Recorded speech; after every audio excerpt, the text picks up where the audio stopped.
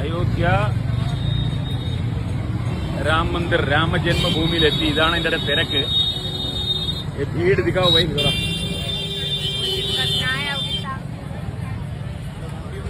ഇതാണ് തിരക്ക്. ഈ തിരക്കില് നമ്മൾ അമ്പലത്തിന്റെ മുമ്പിൽ എത്തുമ്പോഴത്തേക്ക് ഫോണ് വെക്കേണ്ടി വരും. അത് കഴിഞ്ഞാല് ഫോൺ ഉപയോഗിക്കാൻ പറ്റില്ല. അപ്പോൾ ഇതാണ് ഗംഭീരമായിട്ടുള്ള ഒരു ആംബിയൻസ് ആണ്. ഇത് അമ്പലത്തിന്റെ ഏകദേശം ഫ്രണ്ടായിട്ട് എന്നൊക്കെ പറയാം. ഇവിടെയൊക്കെ ഓപ്പോസിറ്റ്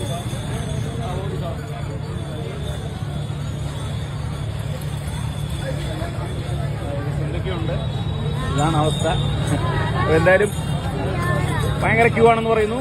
ഒന്ന് നോക്കട്ടെ, തൊഴാൻ പറ്റുമെന്ന് തൊഴുതു നോക്കട്ടെ. നമസ്കാരം. നിങ്ങൾ കണ്ട കാഴ്ച ഒരു മലയാള സിനിമാ നടനാണ്. ബാലാജി ശർമ്മ എന്നാണ് അദ്ദേഹത്തിൻ്റെ പേര്. അദ്ദേഹവും കുടുംബവുമായിട്ട് അയോധ്യയിൽ പോയിരിക്കുകയാണ്. അവിടെ നിന്നുള്ള ദൃശ്യങ്ങളാണ് അദ്ദേഹത്തിൻ്റെ സോഷ്യൽ മീഡിയയിൽ കൂടെ പങ്കുവെച്ചത്. അതിനൊപ്പം തന്നെ ചില കമൻറ്റുകൾ നിങ്ങൾക്ക് കാണാൻ പറ്റിയല്ലോ അല്ലേ. അത്രമേൽ അസഭ്യമായിട്ടുള്ള കമൻറ്റുകളുണ്ട്. അത് പരമാവധി ഒഴിവാക്കിയതിന് ശേഷമുള്ള കമൻറ്റുകളാണ് നിങ്ങൾ കണ്ടിരിക്കുന്നത്. കുറച്ച് സാമ്പിളുകൾ മാത്രമാണ്. പക്ഷേ ഈ മതേതര ഇന്ത്യ മഹാരാജ്യത്ത് ഒരാൾ അയാളുടെ വിശ്വാസമനുസരിച്ച് അദ്ദേഹത്തിൻ്റെ ആരാധനാ സ്ഥലത്ത്, അതൊരു ക്ഷേത്രമാവട്ടെ അല്ലെങ്കിൽ അവിടേക്ക് പോകുമ്പോൾ മറ്റ് ആളുകളെയൊക്കെ തൃപ്തിപ്പെടുത്തണം എന്ന് പറയുന്നത് കുറച്ച് കടന്ന കൈയാണ് എന്ന് മാത്രമേ പറയാനുള്ളൂ. എന്തൊക്കെ തരത്തിലുള്ള കമൻറ്റുകളാണ് അവിടെ. ചീത്ത വരെ എഴുതിയ ആളുകളുണ്ട്. പള്ളിപ്പറമ്പിൽ രാമനാണോ എന്ന് ചോദിച്ച ആളുകളുണ്ട്. ഈ സാധാരണക്കാരെ സംബന്ധിച്ചിടത്തോളം അവന് ഒരുപക്ഷെ ഇതിൻ്റെ പുറകിലുള്ള ചരിത്രമോ മറ്റു കാര്യങ്ങളൊന്നും അറിയേണ്ടതായിട്ട് വരില്ല.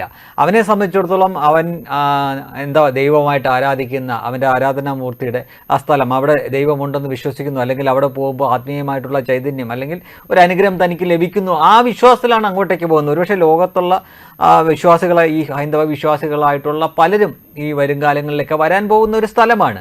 അപ്പോൾ ഒരു രാഷ്ട്രീയം പോലും ഇല്ലാത്ത ഒരു വ്യക്തിയെ പോലും ഇവർ ചാപ്പ കുത്തി അപ്പുറത്തേക്ക് കൊണ്ടു കൊടുക്കുകയാണ് ചെയ്യുന്നത്. ഇപ്പോൾ BJPയോ അല്ലെങ്കിൽ സംഘപരിവാരോ പ്രത്യേകിച്ച് ഒന്നും ചെയ്യേണ്ട കാര്യമില്ല.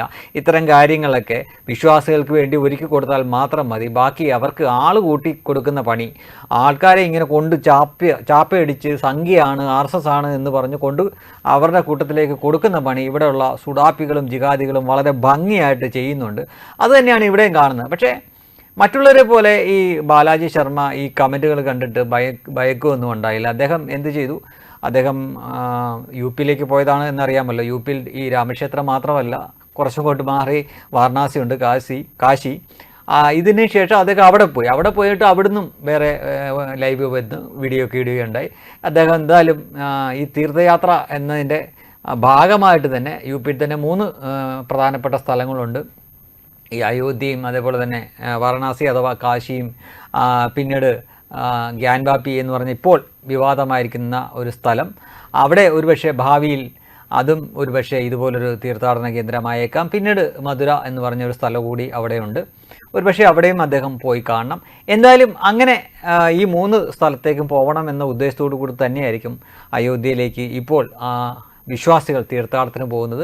അപ്പോൾ അവരെ അവരുടെ പാട്ടിന് വിട്ടേക്കുക, അവരവരുടെ വിശ്വാസമനുസരിച്ച് പോവട്ടെ, തിരിച്ചു വരട്ടെ എന്നല്ല ഇവിടെയുള്ള ജിഹാദികളും സുഡാപ്പികളും പിന്നെ മറ്റു പല വേഷത്തിലിരിക്കുന്ന പലരും ധരിക്കുന്നത്. അവനെ എങ്ങനെ ചീത്ത പറഞ്ഞു വെറുപ്പിച്ച് അവനെ രാഷ്ട്രീയമായിട്ട് ചിന്തിക്കാത്തവനാണെങ്കിൽ കൂടിയും അവനെ സംഘികളുടെ പാളയത്തിലേക്ക് എങ്ങനെ കൊണ്ട് കെട്ടാം എന്നാണ് ഇവർ ശ്രമിച്ചുകൊണ്ടിരിക്കുന്നത്. അതുകൊണ്ട് നിങ്ങളുടെ ചീത്തവിളിയും ഇതുപോലുള്ള വെറുപ്പിക്കുന്ന വർത്തമാനങ്ങളൊന്നും നിങ്ങൾ നിർത്തണ്ട. ഇതിങ്ങനെ തന്നെ തുടരുക. സംഖ്യകളുടെ എണ്ണം കൂടട്ടെ. കുറേ കാലത്തിന് മുമ്പ് ഒരു കൂട്ടത്തിലുള്ള ആളുകളെ മാത്രമാണ് നിങ്ങൾ സംഖ്യ എന്ന് വിളിച്ചുകൊണ്ടിരുന്നെങ്കിൽ കുറച്ചു കാലം കഴിഞ്ഞപ്പോൾ നിങ്ങൾക്ക് കൃസംഖി എന്നുകൂടി വിളിക്കേണ്ടി വന്നു. അപ്പോൾ നിങ്ങളുടെ ഈ എതിർപ്പ് കൊണ്ടും ഇതുപോലുള്ള ചെളിവാരി എറിയൽ കൊണ്ടും ആളുകളുടെ എണ്ണം കൂടി വരുന്നു. പല വിഭാഗത്തിൽ നിന്ന് അങ്ങോട്ടേക്ക് വരുന്നു. ഇനിയിപ്പോൾ ഒരുപക്ഷെ ഈ മുസംഗി എന്ന് പറഞ്ഞ ഒരു വിഭാഗം കൂടി വന്നേക്കാം. അതുകൊണ്ട് നിങ്ങൾ ഇത് തുടരുക, ഇത് അവസാനിപ്പിക്കരുത്. ഈ ചെയ്യുന്ന പണി തന്നെ ചെയ്യുക. ബാലാജി ശർമ്മയെ പോലെയുള്ളവരും ഇനി വരാനിരിക്കുന്നവരെയൊക്കെ നിങ്ങൾ പിടിച്ച് സംഖ്യയാക്കുക. പ്രത്യേകം ശ്രദ്ധിക്കുക. അദ്ദേഹത്തിൻ്റെ നെറ്റിയിൽ അദ്ദേഹം ജയ് ശ്രീറാം എന്ന് എഴുതിയിട്ടുണ്ട്. ഈ ജയ് ശ്രീറാം എന്ന വാക്ക് എനിക്കിനി പറയാൻ പറ്റില്ല. ആ രീതിയിലുള്ള മോശം വാക്കുകൾ വരെ ടൈപ്പ് ചെയ്ത ആളുകളുണ്ട്. എന്തു സുഖമാണ് അവർക്ക് ഇത് ഇങ്ങനെ ടൈപ്പ് ചെയ്താൽ കിട്ടുന്നതെന്ന് മനസ്സിലാവുന്നില്ല. ഓരോരുത്തർക്കും ഓരോ വിശ്വാസമാണ്. അവനവൻ്റെ ദൈവവും അവനവൻ്റെ വിശ്വാസമൊക്കെ ആയിരിക്കും വലുത്.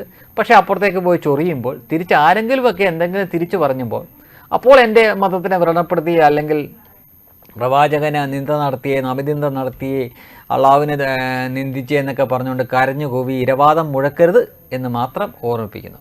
വെബ് ഡെസ്ക് കർമ്മ ന്യൂസ്.